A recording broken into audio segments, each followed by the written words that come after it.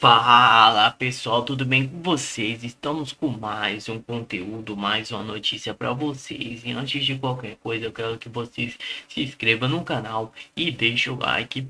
E não se esqueçam de ativar o sininho de notificações que vai estar notificando todos os nossos vídeos para vocês. E sem enrolações, lembrando que nós estamos com o Jornal do Oeste, todos inscritos ao canal deles. E agora sim, sem enrolações, vamos ao vídeo. Né, a economia, jamais de arrecadar.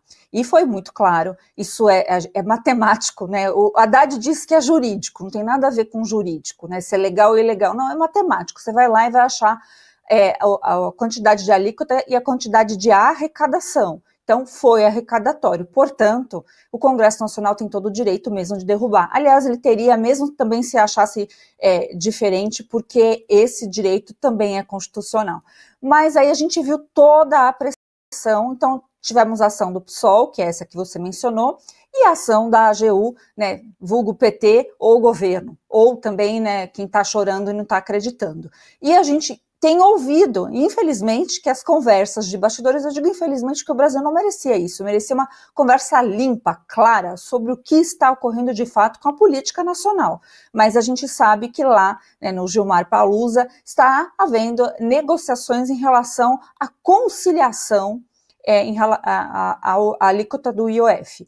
Não tem conciliação, tanto que os setores aí que entraram judicialmente como amicus curiae para dizer não, para com isso, para de palhaçada, porque se isso for majorado, nós não vamos aguentar. E o prejuízo que dará para a economia não vai ter arrecadação depois, não vai ter como suportar, né? Então vai muito além. E para não deixar nem passar a liminar, porque a tendência, a gente sabe, infelizmente, pela amizade ou por amizade entre governo e Supremo, confessada pelo próprio Lula de boca, né, que ele disse isso, que ele não governa sem o Supremo, essa amizade poderia conceder a liminar prontamente.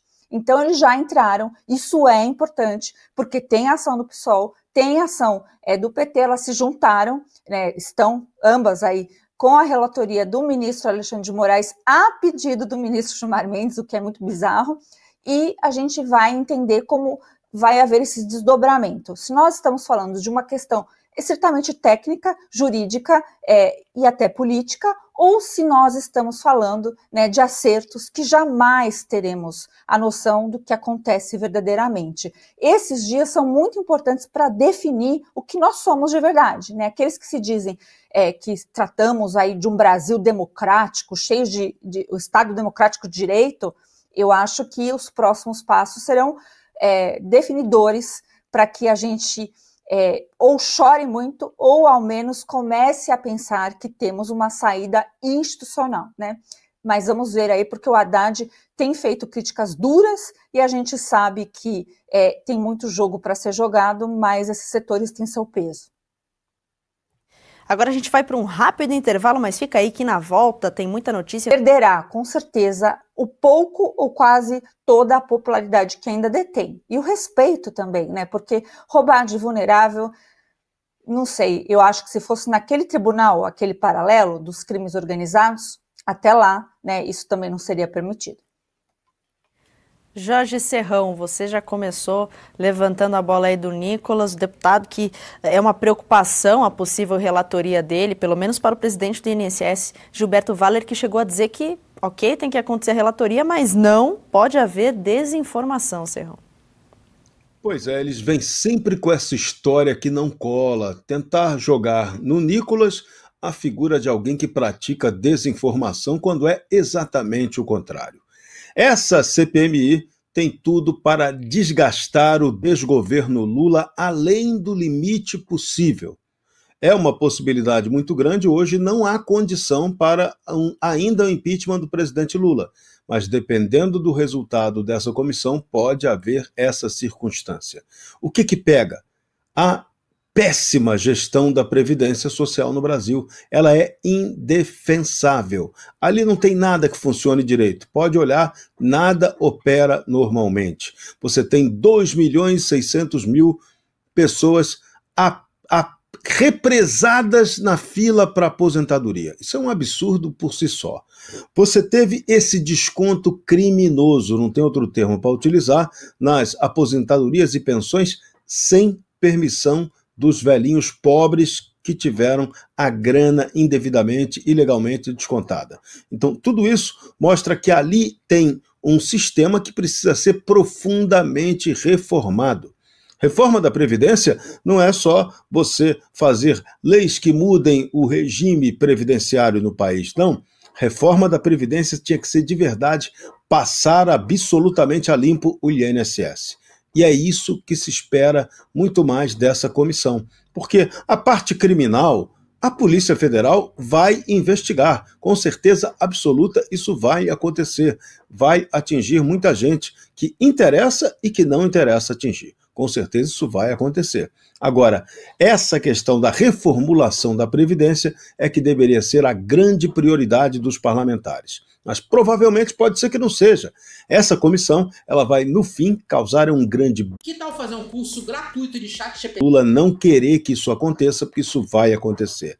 E nas atuais condições de guerrilha entre o Palácio do Planalto e Hugo Mota, ninguém se surpreenda se ele colocar mesmo como relator, como ele já ameaçou, Nicolas Ferreira. Aí será o apocalipse para a era PT. De roubo para roubo, a Ação Hacker, a empresa que conecta bancos e instituições financeiras ao Banco Central, pode ter causado um prejuízo na casa do bilhão.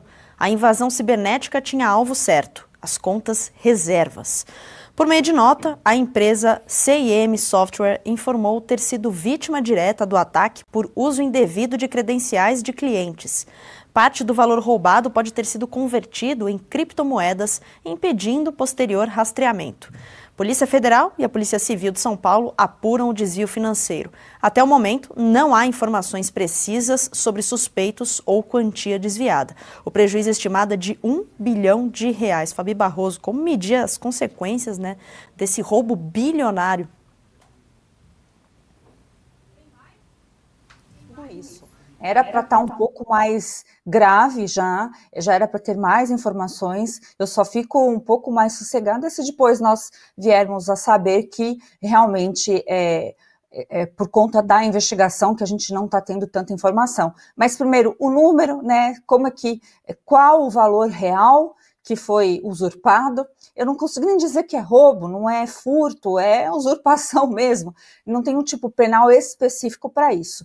E também eu fico na desconfiança se trata de hacker ou se trata de gente que tinha acesso ao sistema, tudo isso acho que a Polícia Federal irá responder. Eu digo acho, porque essas coisas são todo dia um desafio, até mesmo para agentes da Polícia Federal, sempre tem, né, espertinhos que sabem mais e para a maldade não existe limite, e esse prejuízo é gigantesco, mas envolve, né, na questão que às vezes a gente não pode nem discutir abertamente. Eu sei que o paralelo é sempre feito, mas quando se trata de segurança digital, segurança online, de sistemas, é impossível se dizer que aquele método ou aquele lugar tem isso 100%. Então a gente viu essas afirmações recentemente no Brasil e a gente vê que a verdade não é essa, infelizmente, não é mesmo? E também a transformação desse dinheiro em criptomoeda, em Bitcoin, tudo isso é um caminho, né, diferente,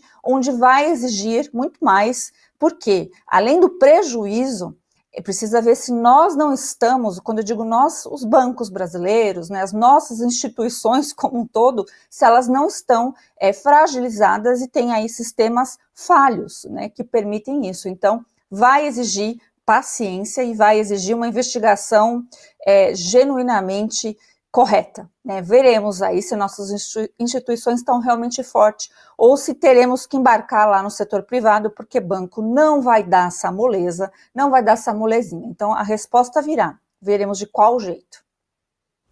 Jorge Serrão, que a gente sabe que acabou afetando alguns clientes dessa empresa que tinham acesso ao Pix, né, por causa do desvio. O que chama a atenção nessa história toda é a fragilidade da segurança eletrônica do governo federal, né?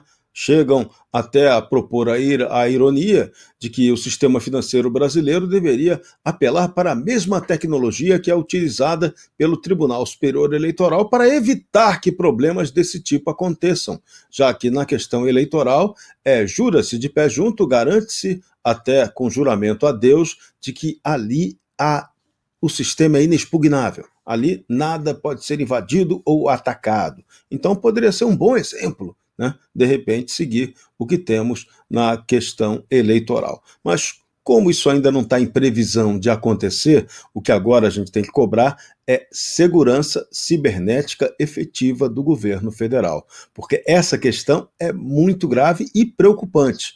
E pior, ela pode abrir margem agora numa justificativa de que precisamos ter mais segurança.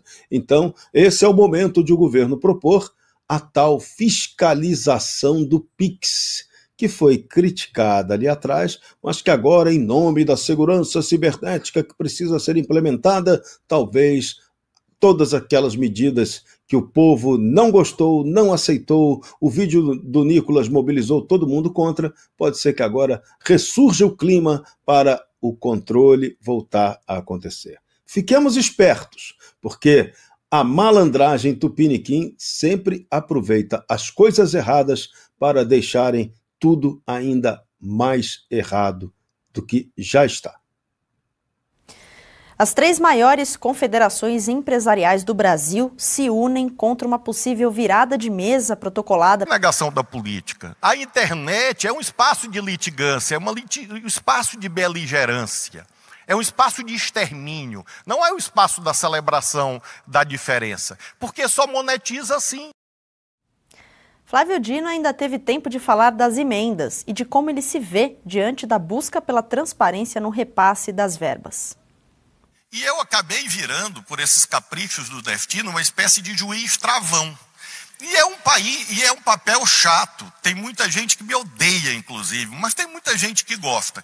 Por quê? Porque quando eu assumo a relatoria das ações constitucionais relativas a essa temática das emendas impositivas, querido Alexandre, nós tínhamos uma desorganização absoluta.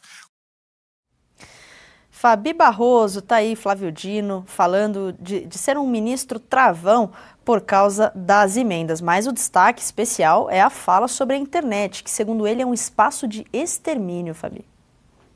Chocada. Não deveríamos, ficar, mas não dá. Não dá porque esse discurso dele não coaduna com a realidade. Eles pintam algo que não é verdadeiro. A gente não é até difícil fazer esse comentário. Pior, sempre tem um tonto que ri na plateia. Desculpa, mas não dá. Sempre tem alguém que precisa dar esse palco para maluco. Ele fala do Alexandre de Moraes, porque está colado ali na grade junto. E eu acho muito imoral, ilegal, Tudo que a gente pode ver, a gente está vendo nesta tela. Um ministro que já foi do executivo, que hoje é do judiciário, do poder aí mais alto do judiciário, e que não se presta nem um favor a si mesmo de deixar de dizer absurdos, Como assim, ambiente de guerra? É até muito estranha essas afirmações. Nós estamos num mundo extremamente mexido, com 2 guerras diferentes conflagradas, fora as pequenas, e não tem nenhuma responsabilidade de dizer tudo isso. Não tem a menor responsabilidade de perceber que este não é o papel, este não é o lugar, essa não é a fala, e deveria haver consequências. Se nós tivéssemos com controle constitucional valendo, teríamos aí um Senado que responderia à altura, porque o que nós estamos assistindo, até com a briga do IOF, com a briga das emendas, que ele mente também quando diz que não tem nenhum controle, sempre pode melhorar. Transparência pública é a regra, inclusive ele deveria falar, Alexandre? Porque o ministro Alexandre de Moraes não faz isso uma regra. Mas as emendas impositivas, se tem alguma falha, sempre dá para melhorar, mas não no âmbito do judiciário, não estando nas mãos de um único ministro, não ele com esse discurso bélico e muito claro em relação ao que um dia foi seus pares, que é o Congresso Nacional. Então, se o Congresso Nacional tivesse noção do seu papel, primeiro, não iriam nessa festinha, E segundo, se fossem, iriam ao menos expressar uma genuína indignação neste momento aí, né? Ninguém impede. Então, em Portugal, acho que o ambiente é um pouco mais livre do que aqui, de inclusive dizer, não, peraí, não está falando a verdade, não é bem assim, né? Mas essa ausência, essa sempre a sensação que dá é que todo mundo tem aquele negocinho chamado rabo preso, né? Então é a consolidação do rabo preso, a consolidação de que não tem ninguém que possa reagir à altura. Jorge Serrão, é bom relembrar que o Flávio Dino ele é abertamente, declaradamente comunista, né? A gente tem imagens do Flávio Dino, aí tem a imagem dele com o boné, então assim, e de camiseta vermelha, declaradamente comunista. Talvez seja aí, por isso, né, a fala dele, que a internet é um espaço venenoso à democracia, um espaço de extermínio, como a gente já levantou aqui, né, Serrão? Mas ele é o comunista camarada, né? Você viu pelo sorriso dele. Agora, esse tipo de pensamento que a gente lamenta, ele é completamente alinhado ao do PCC. De novo, pelo amor de Deus, PCC é Partido Comunista Chinês, e não o que você pensou que eu tivesse falado. PCC, Partido Comunista Chinês. Então, o que o Brasil está praticando é absolutamente alinhado aos chineses. Tanto que o ministro Gilmar Mendes, outro dia, no Supremo Tribunal Federal, aproveitou para dizer, não sei se ironizando, brincando ou falando sério, que ali tinha muita gente que concordava com o pensamento do comunismo chinês. É isso, foi isso que ele disse. Então, a coisa é séria, é grave, a gente vê uma posição que é atrasada do ministro Flávio Dino em relação à questão das redes sociais. Eles entendem que ali é um espaço para ser controlado e censurado. E ponto final, eles acreditam nisso. O Brasil, a maioria dos brasileiros, é que precisa acreditar no contrário e praticar isso com responsabilidade, com seriedade, porque estamos avançando no mundo, evoluindo da era digital para a era quântica, a era em que você vai ter a circulação das informações em altíssima velocidade e em volume cada vez maior, numa hiperdigitalização. Então, o que a gente tem que estar se preparando é para a evolução e não para retornar à idade da pedra. E o Brasil, através de seus dirigentes da cúpula do judiciário, estão nos levando exatamente para a vanguarda do atraso. Isso é péssimo, merece nota -13. E conforme anunciamos na edição da última terça-feira do Jornal do Oeste, o TSE criou um grupo de trabalho para combater a desinformação eleitoral com foco no pleito de 2026. Especialistas deverão propor diagnósticos, pesquisas, projetos e campanhas para embasar resoluções eleitorais. Na seleta lista dos indicados está Laura Schertel. Ilustre e desconhecida? Não. Ela é filha do ministro Gilmar Mendes. Está aí na tela para vocês. A Laura, filha do Gilmar Mendes, Fabi Barroso. Como fica esse grupo seleto, Fabi, do conselho que propõe essa regulação, né, principalmente do TSE, no caso? Olha, tem um alinhamento bem esquisito acontecendo. Fala, pessoal, vou estar lendo para vocês uma noticinha aqui. Conexão política, eleições presidenciais. JEP Bolsonaro abre 16 pontos sobre Lula, supera 40% e é o nome favorito para 2026. No primeiro turno, 42% dos eleitores dizem que votarão no ex-presidente. 26% declaram voto no líder petista. Uma nova rodada da pesquisa JEP divulga nesta quarta-feira, dia 2, pela revista Exame, mostra que o ex-presidente Jair Bolsonaro do PL lidera com folga a disputa pela presidência da República em 2026. No cenário de primeiro turno, Bolsonaro aparece com 42% das intenções de voto, enquanto o presidente Luiz Inácio Lula da Silva do PT resiste a 26%. A diferença entre ambos é de 16 pontos percentuais. Os dados apontam que o Lula seria derrotado por 6 dos 8 nomes listados em simulações de segundo turno, sendo superado com margem de variância de 12 a 20 pontos percentuais. Bolsonaro tem o melhor desempenho, venceria Lula por 52% a 32%. Tarcísio de Freitas, republicanos, aparece com 47% contra 31% do petista. E Michele Bolsonaro, do PL, com 46% contra 34% do Eduardo Bolsonaro, do PL. Ratinho Júnior, do PSB, CD, Ciro Gomes, PDT, também segura a frente do atual presidente, apenas contra o governador Ronaldo Caiado, de União Brasil, e o Romeu Zema, do Novo. Lula parece tecnicamente empatado dentro de uma margem de erro de 2,24 pontos percentuais. No primeiro turno, o petista ainda lidera em 2 cenários alternativos contra Tarcísio de Freitas, e Lula tem 25% das intenções de voto entre 21% dos governador paulista e da disputa com Eduardo Bolsonaro. O presidente marca 26% contra 17% do deputado licenciado. É isso, pessoal. Lula só decai aí a cada dia. Então, comente aí a derrubada dele, comente aí Bolsonaro 2026. E é isso, pessoal. Se inscreva no canal, deixa o like, que vai estar ajudando muita gente aí. E até uma próxima.